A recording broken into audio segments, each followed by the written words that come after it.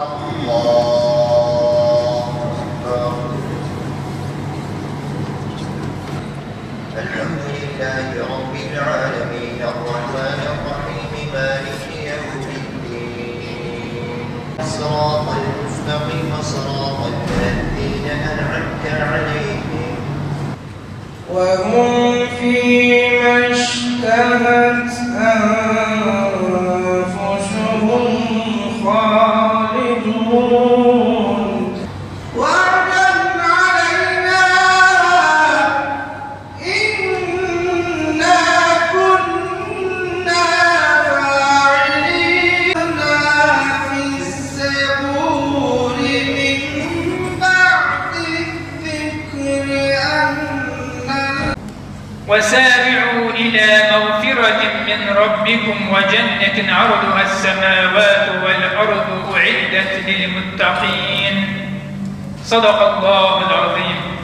Bu mübarek geceye, bu mübarek aylara ulaştıran Allah'ımıza sonsuz hamd ve senalar olsun. Mübarek ayları nasıl ihya edeceğimizi en güzel bir şekilde bizlere öğreten, kıymetli aylar dediğimiz içinde mübarek, Regaib, Miraç, Berat ve Kadir gecesini barındıran bu 3 aylardır değerli kardeşlerim.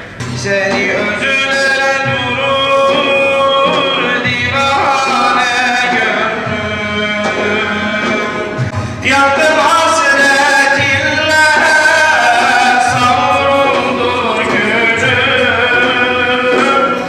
Çok özledim seni ya Resulallah. Özledim, gelme geleyim. Lütfullah sen eyle eman, bize yardım eyle ya Rab. Biz sermayeyi, bize yardım eyle ya Rab.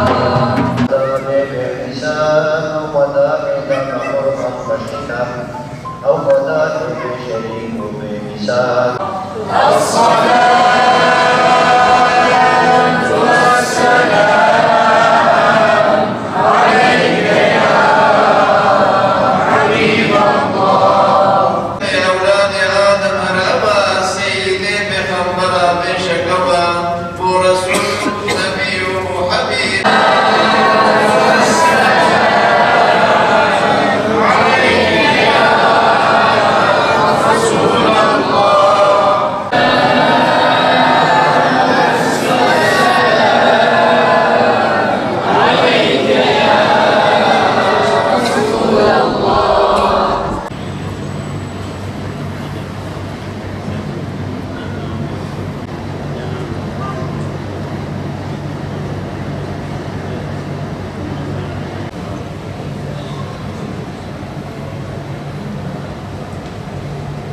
Regaib Kandili 3 ayların başlangıcı. Aynı zamanda Ramazan'ın habercisi. Regaib Kandili demek, Regaib Arapçadan gelen bir kelimedir. Rağbet kelimesinden kökünden geliyor. Bu Müslümanların daha çok iyiliklere, daha çok Allah yolunda kulluğunu ifade etme işaretidir. Onu bize ifade ediyor. Bu 3 aylar aynı zamanda Allah-u Teala bizlere bildirmiş oluyor ki işte rahmet ayları geliyor. Mümin daha çok hayırlarda, ayet-i kerimede Allah-u Teala buyurduğu gibi hayırlarda müminler yarışmaya çaba göstermesi lazım.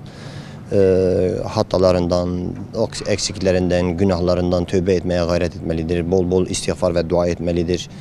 Özellikle bugün Filistin ve farklı yerlerde Müslüman kardeşlerimizin özellikle Müslümanların ilk kıblesi olan Mescid-i Aksa'nın bu sıkıntı altındayken Müslümanların kesinlikle duyarsız kalmaması lazım. Özellikle onlara her gün ama her an onlara dua etmeli ki çünkü Peygamber Efendimiz Aleyhisselatü Vesselam bir hadis-i şerifte buyuruyor. Allah'ın tecelliyatları indiği vakitler var gün içerisinde. Onlara talip olalım diyor Resulullah Aleyhisselatü Vesselam. Biz de o talip olduğumuz o anlarını inşallah özellikle bu Filistinli kardeşlerimiz için fırsat bilip onlara dua edelim. Bir şey elimizden gelmiyor ama en azından bu mübarek 3 aylarda özellikle Ramazan ayı geldiğinden de sık sık bol bol onlara dua edelim. Allah-u Teala Müslümanlara birlik ve beraberlik vermesi için dua edelim. Müslümanların liderlerinin bir araya gelmeleri için, İslamiyet'in yükselmesi için, İslam çıtasının yükselmesi için Müslümanlar bol bol birbirimize dua edelim. Peygamber Efendimiz Aleyhisselatü Vesselam'ın bizlere müjde verdiği Allahümme barik lena fi Recep ve Şaban ve bellighna Ramazan. Ya Rabbi bize Recep ve Şaban'ı hayırlı eyle, bize Ramazan'a ulaştır duasıyla başladığı bir ay. Biz de bol bol hatalarımızdan tövbe edin. Müslümanların birlik ve beraberliği için, Müslümanların tek vücudu olmaları için, özellikle bu Siyonist ve İslam düşmanlarına karşı Müslüman kardeşlerimiz için bir olmalarını sık sık ve bolca dua edeceğiz. Allah-u Teala bizlere ve cümle Müslümanlara, özellikle Filistinli kardeşlerimize hayırlar vesile eylesin. Onların özgürleşmesine, onların bu Siyonistlerin elinden kurtulmalarına vesile eylesin.